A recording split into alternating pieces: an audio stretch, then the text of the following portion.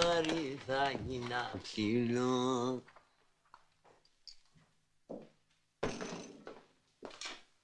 Ποιος είναι εδώ? Εμείς οι δύο. Άκου κάτι τσακβίνιες. Τι θέλετε, θέλετε τίποτα? Έχετε από πορτοκαλάδα, ρε? Πορτοκαλάδα θέλετε? Ναι. Από πορτοκάλια? Όχι, από μουσμουλα. Καλό. Να που το ρίξαμε και δυο στις τσακβίνιες και πώς θα βγάλουμε άκρη. Θέλει μια πορτοκαλάδα, ρε. Πορτοκαλάδα θέλετε? Πορτοκαλάδα, λεμονάδα, ό,τι Λεμονάδα θέλετε? Άντε, λεμονάδα. Από λεμόνια? Χωρέ, τι θα γίνω εγώ μετά αυτό, ρε. Ρε, έχεις μια γαζόσα. Γαζόσα θέλετε? Γαζόσα, σόδα, ό,τι Σόδα να. θέλετε? Χωρέ, τι θα γίνω εγώ με σένα. Ναι, μια μου λένε λεμονάδα, μια πορτοκαλάδα, μια σόδα. Τι θέλετε? Άκου εδώ, μια κιόξο. Πορτοκαλάδα. Πορτοκαλάδα θέλετε? Στάσο, μην το ξαναπάμε από την αρχή. Πορτοκαλάδα θέλετε? Πορτοκαλάδα. Να θα δω. Άντε, εδώ και μου τέλος πάντων. Να ξεμπερδεύουμε.